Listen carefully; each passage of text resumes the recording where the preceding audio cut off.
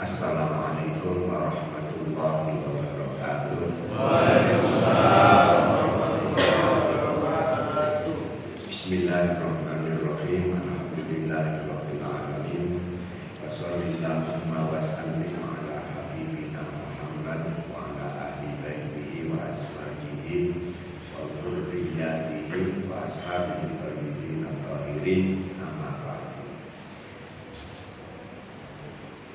Suwe ora jamu pisan padha jarak. Suwe ora ketemu pisan pengajiane tambah semarak. Sajane ahli swarga kabeh. Ukuran iman itu di sholat subuh berjamaah. Bertambah marak jamaahnya itu pertanda ahli surga. Omongannya ditambahi berjamaah subuh ada pengajiannya, wah itu tambah luar biasa, gitu ya. Dan itu tidak main-main, itu yang bicara Rasulullah. Man salaka thariqan yaltamisu fihi ilman sahhalallahu lahu thariqan ilal jannah. Barang siapa yang melangkahkan kakinya menuju majelis taklim, maka Allah akan memudahkan jalan orang itu menuju surga. Tapi pas ini. Nah, mudah-mudahan sak pengurusi bertambah semangat dalam menegakkan sholat jamaah. Nah, para jamaah sekalian yang saya hormati, barangkali ini pembukaan saya setelah premi Ramadan dan Syawal sampai Dzulhijjah. Saya ingin bicara tentang fitrah. Fitrah itu apa sih? Sifat asli manusia. Nah, sifat asli manusia itu Allah berfirman di akhir surat, tengah-tengahnya surat, Fa'atim wajhaka lid-dini hanifah fitratallahi allati fataran nasa 'alaiha la tabdila li khalqillah dzalika ad-dinul qayyim walakinna aktsarun nasi la ya'lamun munibina ilaihi wattaquhu wa aqimus sholata wa la takunu minal musyrikin. Maka hadapkan wajahmu kepada Islam dengan seluruh-seluruhnya. Itulah Islam yang menjadi fitrah manusia, di mana Allah menciptakan manusia atas dasar fitrah itu. Tidak ada perubahan pada penciptaan Allah. Itulah Islam, agama yang tegak, akan tetapi kebanyakan manusia tidak memahami. Nah, yang saya garis bawahi di sini adalah fitrah Allah, fitrah dari Allah. Dikatakan bahwa fitrah manusia, walaupun dia seorang ateis, fitrah Islam itu tetap melekat pada hatinya. Itu kata orang Jerman, namanya Sije, itu dia mengatakan begini, kalaulah Islam itu memiliki makna berserah diri kepada Tuhan yang satu, kalaulah Islam itu memiliki makna hasrat untuk hidup berdampingan dengan sesama manusia secara damai, bukankah manusia di bumi ini telah hidup dan mati dalam Islam? Nah, itulah fitrah kita. Nah, sekarang bagaimana itu kok Islam itu kok menjadi fitrah manusia? Coba kita jelaskan. Islam ternyata itu dari dua akar kata. Yang pertama dari aslama yuslimu islaman, yang artinya berserah diri. Berserah diri kepada Allah. Dan semua manusia mempunyai sifat itu. Percaya atau tidak percaya, diingkari atau diamini, itulah aslinya manusia. Nah, orang-orang Barat itu kalau kaget itu kan, oh my God, ya bayar. Itu namanya God spot. Ada keyakinan eksistensi Tuhan di dalam hatinya. Itu dari kata aslama yuslimu islaman, berserah diri kepada Allah. Yang kedua dari kata salam. Salam itu artinya damai. Semua orang kan ingin hidup secara damai. Siapapun itu orangnya. Walaupun orang yang berperang sendiri, pada hakikatnya yang diinginkan adalah lebih baik damai daripada perang. Coba kita tanya pada orang Rusia dan Ukraina yang saat ini perang bedil-bedilan. Kita tanya jajannya enak bisa perang sampai kelonan di rumah. Semua pasti akan mengatakan enak kelonan di rumah daripada bedil-bedilan. Itu fitrah. Fitrah kita itu ya seperti itu. Oleh karena itulah maka Rasulullah SAW di dalam dakwanya ini landasannya ya fitrah ini. Karena yang disampaikan itu sesuai dengan fitrah, maka Islam itu mudah diterima oleh manusia. Kuncinya di situ. Nah, sekarang coba kita cari ayat-ayat yang bicara tentang bagaimana Rasulullah mengemban misi. Ayatnya ada di akhir surat At-Taubah. Laqad ja'akum rasulun min anfusikum azizun 'alaihi ma 'anittum harisun 'alaikum bil mu'minina raufur rahim. Sungguh telah datang seorang utusan dari kalangan kamu sekalian sendiri. Dia sangat menanggung beban manusia. Dia sangat menginginkan keimanan dan keselamatan manusia terhadap sesama mukmin, senantiasa menebar kasih sayang. Berarti ada 3 hal di sini. Yang pertama, beban manusia adalah beban Rasulullah, sehingga merasa harus ikut meringankan beban manusia. Yang kedua, keinginan beliau itu cuma ingin manusia itu selamat, ingin manusia itu beriman. Dan yang ketiga, menebar kasih sayang.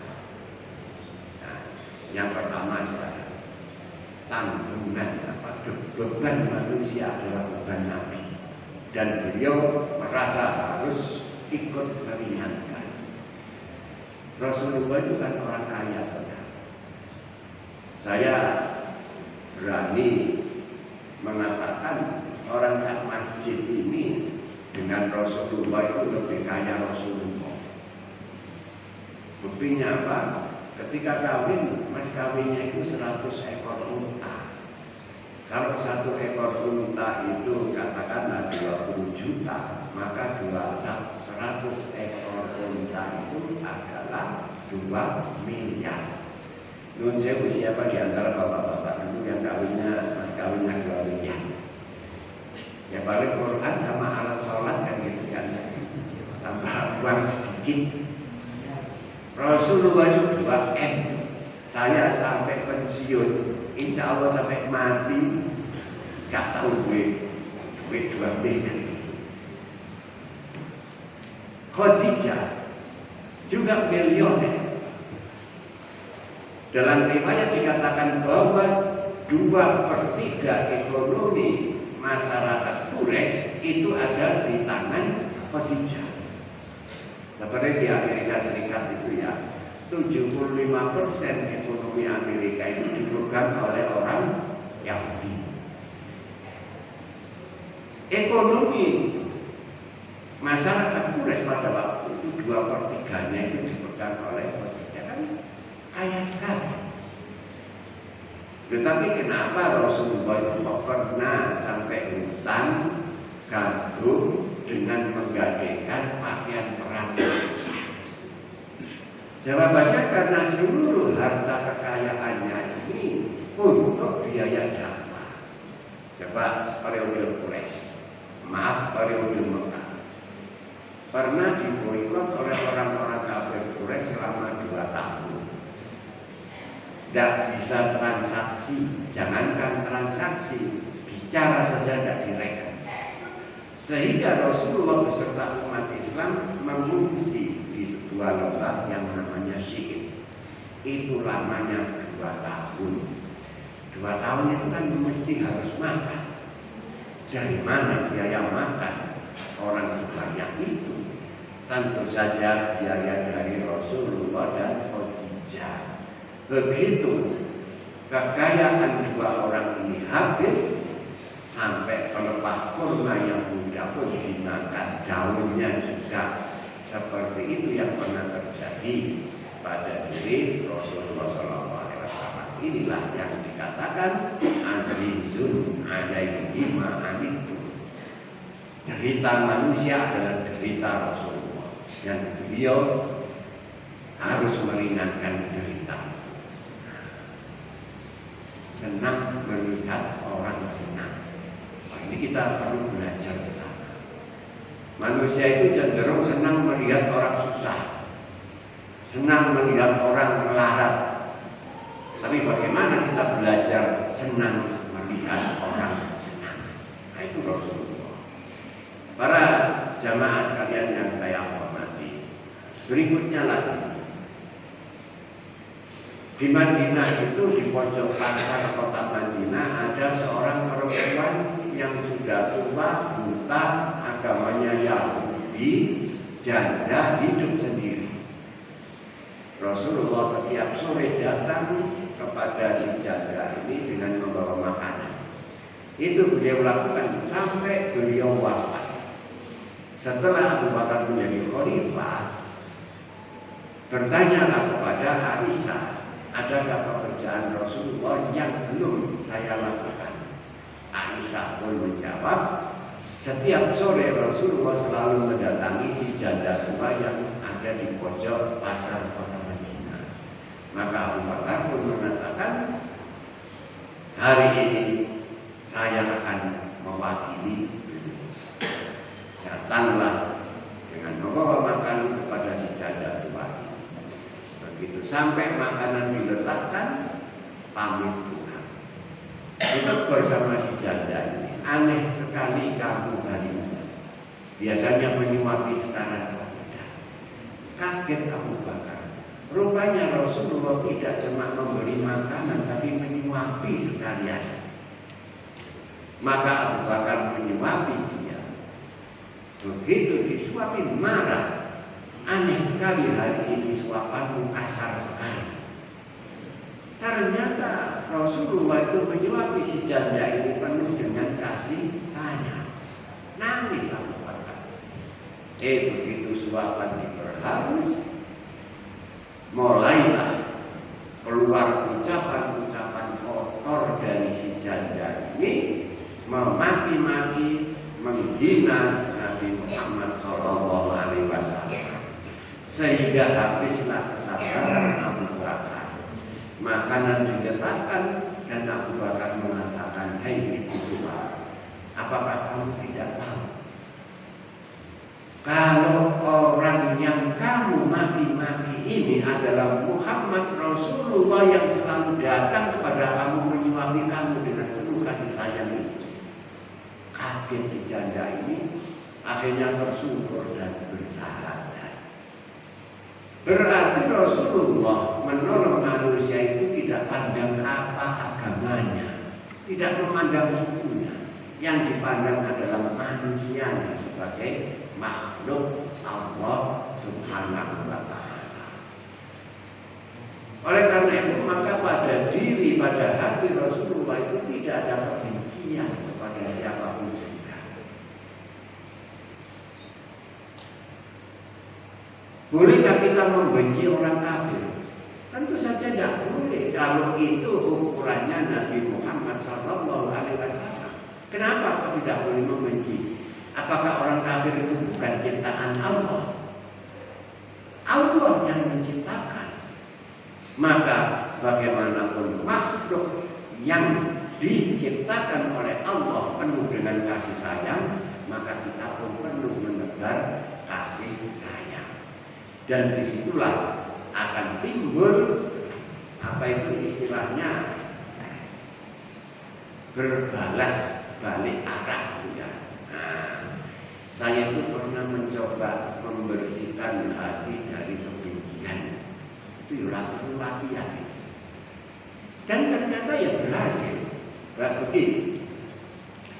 Ketika saya dinas di Kalimantan Tengah, saya berkunjung ke kota namanya Pangkalan Bun. Di sana itu ada karantina orang hutan. Ada raja orang tua orang hutan yang luka parah, maka dimasukkan karantina untuk diobati, dibuaskan kembali, setelah itu dikembalikan ke habitatnya. Nah, si orang hutan ini benci sama orang. Kalau ada orang masuk ke ruangannya, marahnya, kandangnya itu diobrak. Pas saya ke situ, saya minta izin, tolong saya bagaimana bisa melihat gorila. Pak, jangan Pak, itu marah kalau melihat orang. Insya Allah tidak marah kok. Coba izinkan saja saya ke sana. Akhirnya diizinkan, maka saya tanya, siapa sih namanya si gorila orang hutan? Mamat. Apa orang tradisi saya katakan? Kok mirip-mirip? Nah, begitu saya masuk ke kandang orang hutan itu, saya tersenyum dan saya salam, halo Mamat, baik-baik ya kamu ya, sambil tersenyum. Ternyata Mamat yang kalah itu langsung ke depan, tangannya dilipat. Binatang saja itu punya perasaan. Kalau kita menyambutnya dengan penuh kasih sayang. Saya nggak tahu kalau agamanya Islam itu salam saya assalamualaikum, tapi saya nggak tahu agamanya Muhammad itu apa. Nah, para jemaah sekalian yang saya hormati, akhirnya saya omong-omong dengan pegawai karantina itu lebih dari 1 jam. Muhammad itu santai-santai saja. Lah kok mungkin jenuh, mondar mandir. Saya panggil lagi, Muhammad, kenapa kamu kok gelisah? Ayo kita ngomong-ngomong di sini. Datang lagi, tangannya dilipat lagi. Sepuas itu si orang hutannya. Tapi kalau kita mendekati dengan senyum saat ini, maka yang puas itu menjadi jinak. Nah, para jamaah sekalian yang saya hormati, maka tidak aneh kalau Rasulullah SAW berjalan, binatang-binatang pun menundukkan kepalanya. Bahkan pohon pun kalau diduduki Rasulullah, daunnya melindungi beliau dari terik panas matahari. Itu karena apa? Karena jiwa hati yang bersih penuh dengan kasih sayang. Loh, saya punya pohon aja tak lus-lus. Di rumah itu ada pohon tak lus-lus sambil saya baca Quran. Niat saya apa? Saya ingin menerapkan kasih sayang kepada makhluk Allah, apapun makhluk itu. Tak lus-lus sambil baca Quran. Inna fatahna laka fathan mubina liyaghfira laka Allahu ma taqaddama min dhanbika wa ma ta'akhkhara wa yutimma ni'matahu 'alaika wa yahdiyaka siratan mustaqim dan seterusnya. Loh, gitu tuh ya. Uangnya kan entek. Itu ya kan. Mohon saja itu dikasih dilus-lus penuh kasih sayang aja itu memberi balasan, apa itu namanya, timbal balik. Nah, rupanya halaman saya itu dibuat langganan anjing BAB. Saya tidak pernah marah, cuma nuturi, ojo izin ngomong korek, mimpali keluangel. Si pancet ae rupane iki suka beres. Saya tetap pakai diwali mendengar beres tetap, ayo rasa no kaiso ini. Seperti itulah kita nggak perlu meluapkan kebencian. Hati yang penuh dengan kebencian itu membuat umur itu tidak awet. Itu ya. Nah ini contoh sederhana saja. Di Surabaya itu saya punya tetangga orangnya itu kaya sekali. Amit-amit kalau melihat tetangganya ekonominya baik, marah Kak. Tidak ada alasan. Suatu ketika tetangganya punya gelang. Loh, kau boleh duit gelang lah ya seneng toh ya. Itu ngomel. Wah, bujurnya nyolong semua macam-macam. Masih muda sudah mati. Karena apa?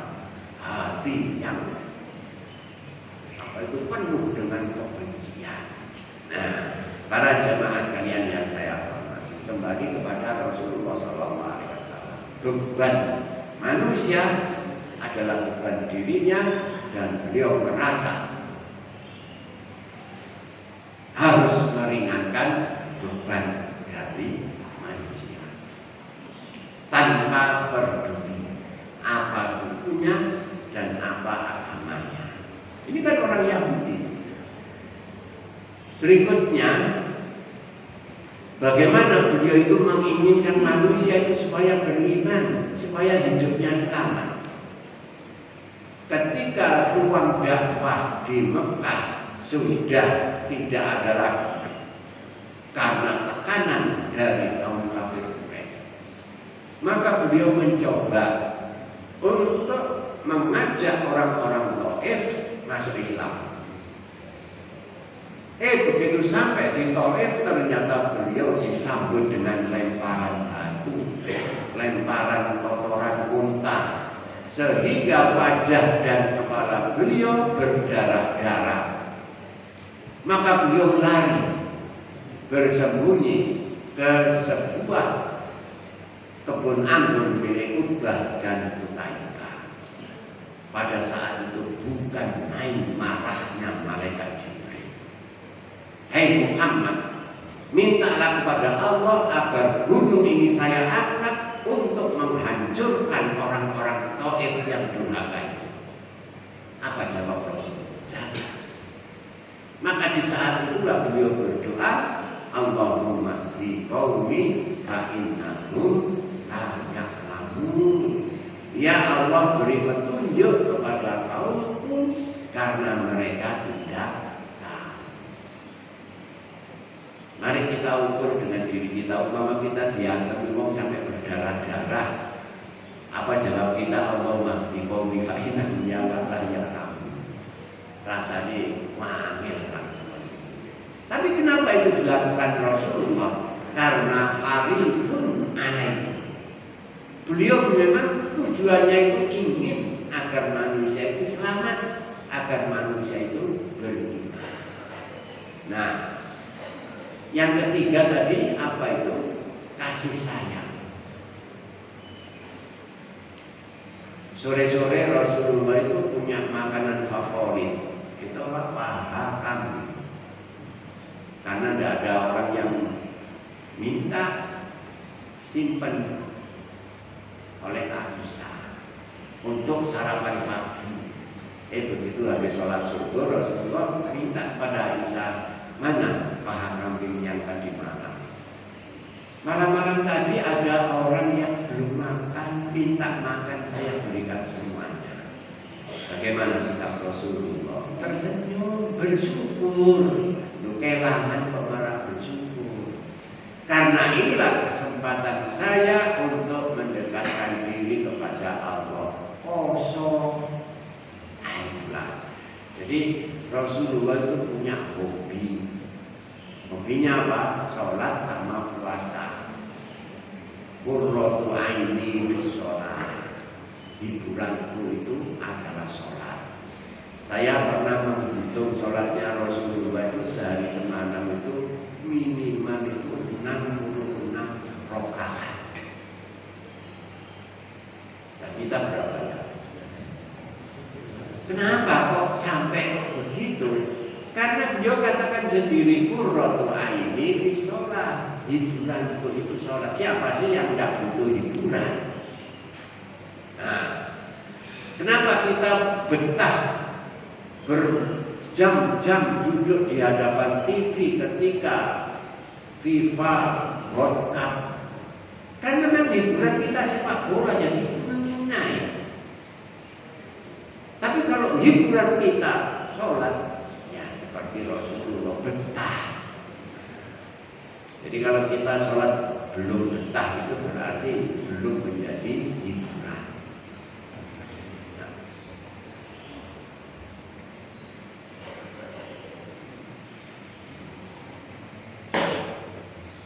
Para jamaah sekalian yang saya hormati, nah ini waktunya sudah mepet. Saya ingin menjelaskan satu hal yang ada kaitannya dengan ayat-ayat yang saya baca tadi. Kita itu kan selalu berdoa. Paling tidak 17 kali, yaitu doa surat Fatihah. Surat Fatihah itu tidak main-main ya. Itu ketika ada dialog internasional antar umat beragama di Swiss, Jenewa. Doa bersama itu karena mayoritas non-muslim, maka akhir dari acara itu ditutup dengan doa oleh uskup dari Pakistan, dari Vatikan. Si uskup ini sebelum berdoa minta izin kepada Profesor Mufti Ali, Mbah Indonesia, minta izin supaya diperbolehkan menutup acara dengan doa surat Fatihah. Maka dialog antar umat beragama itu ditutup dengan doa surat Fatihah. Pak Mufti Ali ya penasaran, kenapa Tuhan kok menutup dengan surat Fatihah? Dijawab, saya sedang membaca doa dalam kitab suci manapun, dan yang paling sempurna itu adalah surat Fatihah. Dan Rasulullah SAW sendiri kan mengatakan, Suratul Fatihah lima quri'alah. Ini ada dalam Sahih Muslim. Surat Fatihah itu adalah doa untuk apa yang menjadi keinginan. Nah, para jamaah sekalian yang saya hormati, inti doanya itu pada kalimat ihdinas siratal mustaqim. Tunjukkan kami jalan yang lurus. Siratal ladzina an'amta 'alaihim, yaitu jalan orang-orang yang telah beri nikmat kepada mereka. Ghairil maghdubi 'alaihim waladdallin, bukan jalan yang engkau murkai dan bukan jalan yang sesat. Jadi tunjukkan kami jalan yang lurus. Jalan yang lurus itu dijelaskan sendiri oleh Allah, yaitu jalannya orang-orang yang telah diberi nikmat oleh Allah. Siapa sih orang-orangnya itu? Tentu saja kita sepakat orang yang pertama Nabi Sallallahu Alaihi Wasallam, kan gitu kan ya. Nah sekarang bagaimana yang terjadi pada diri Rasulullah Sallallahu Alaihi Wasallam? 13 tahun di Mekah, 10 tahun di Madinah. Lebih banyak manisnya apa lebih banyak pahitnya? Kan lebih banyak pahitnya. Ya toh ya. Nah itu siratal mustaqim.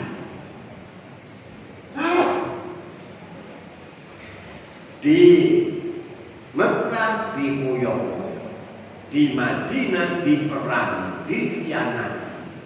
Kapan sih manisnya perjuangan Rasulullah SAW? Ternyata 3 tahun terakhir itu saja kan.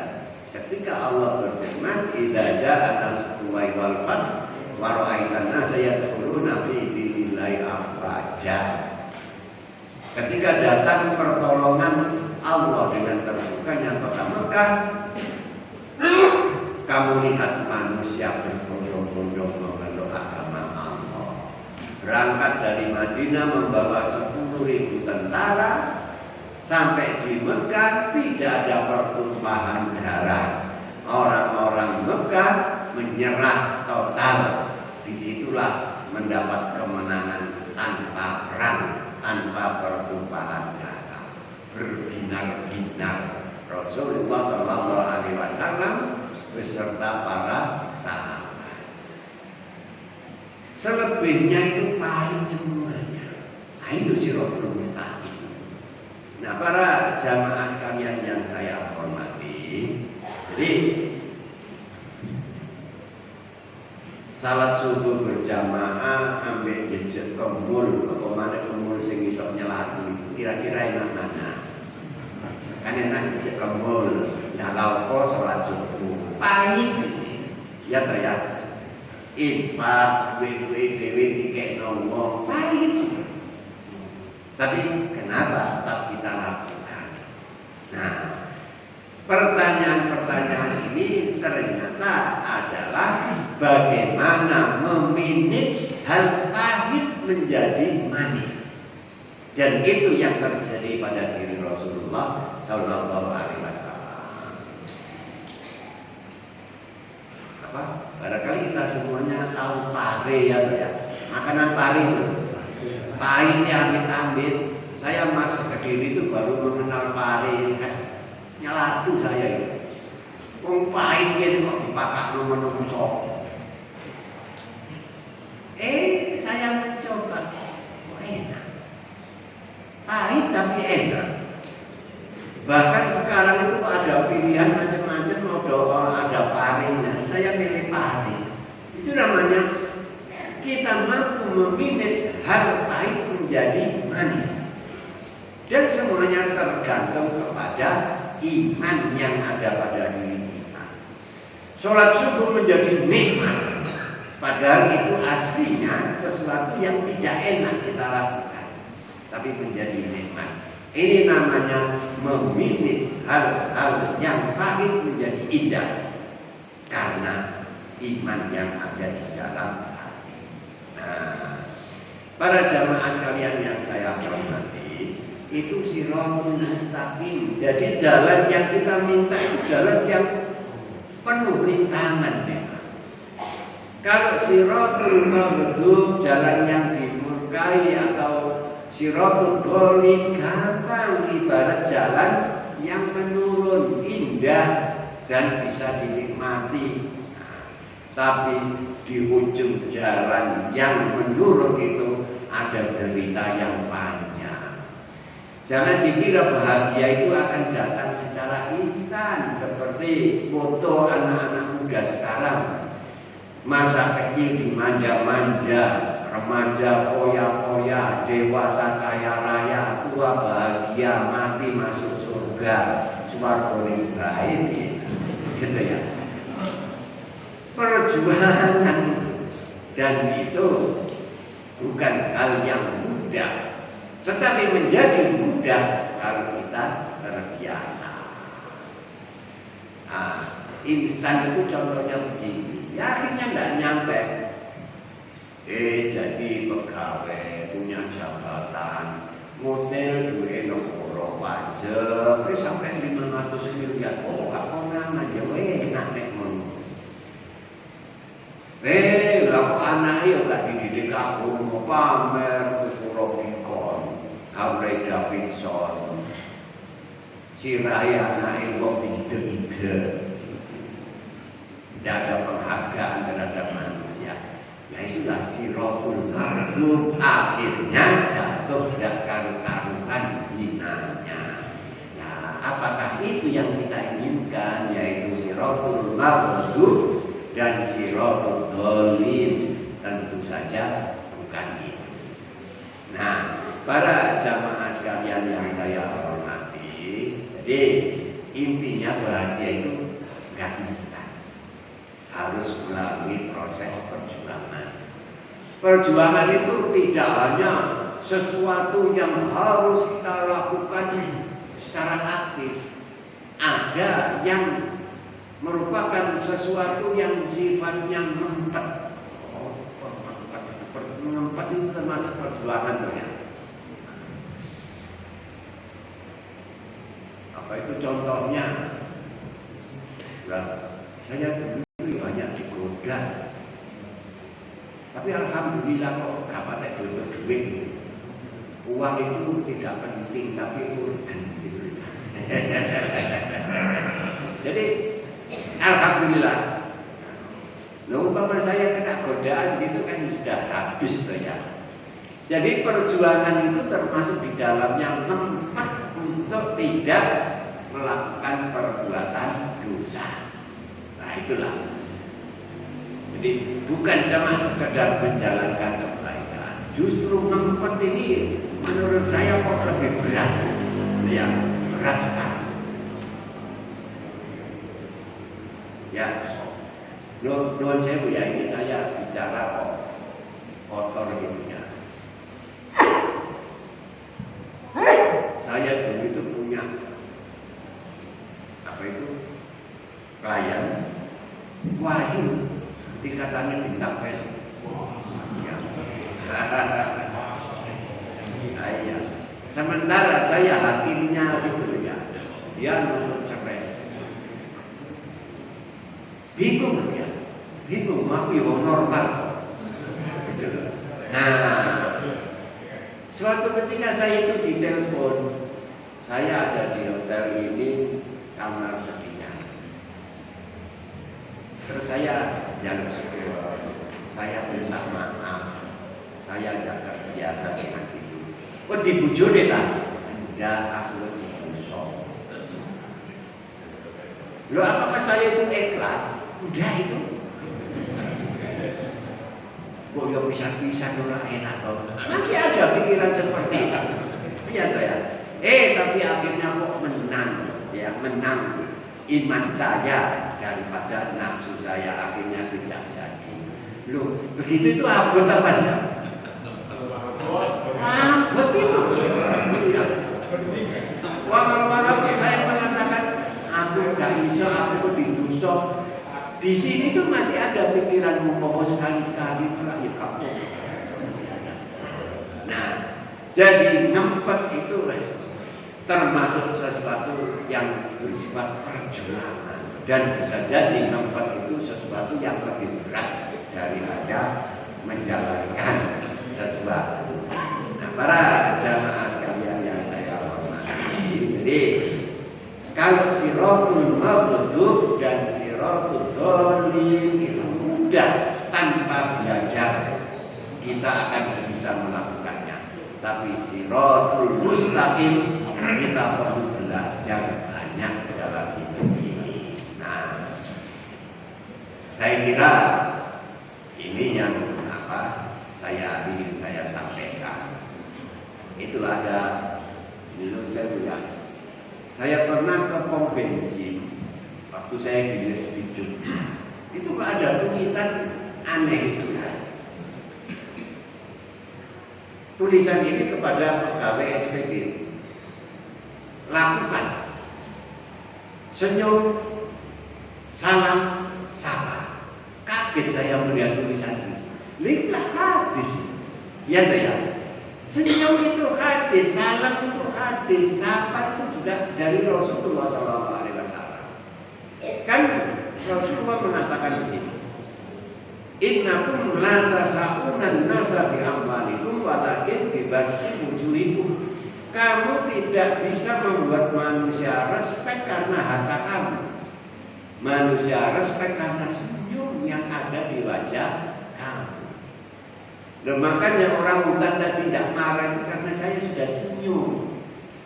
Setelah senyum salam.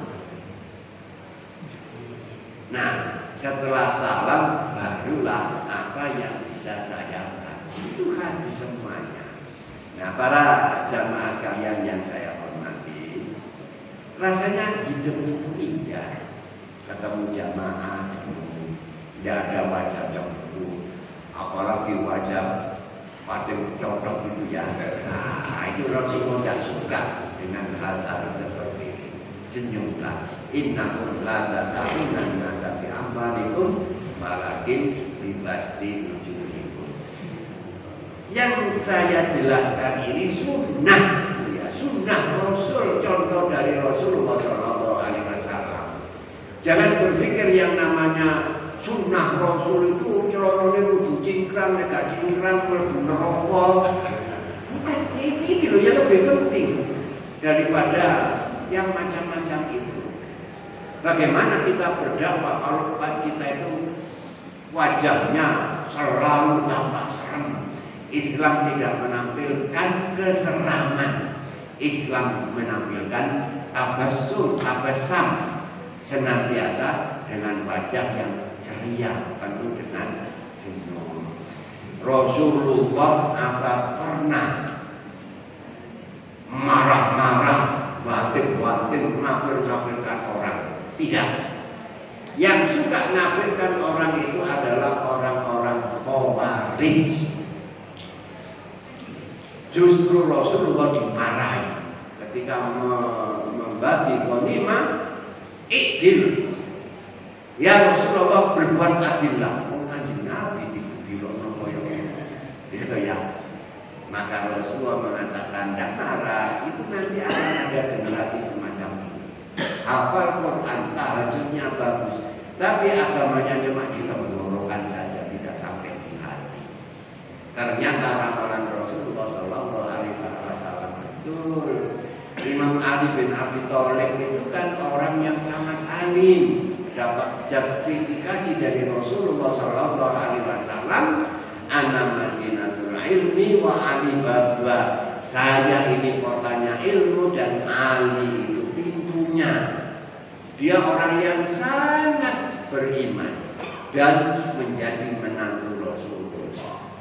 Dihukumi kafir oleh Ibnu Muljam, maka keluarlah dalil malam yahkum bima anzalallahu faulaika humul kafirun. Siapa yang tidak berhukum dengan hukum Allah maka dia kafir.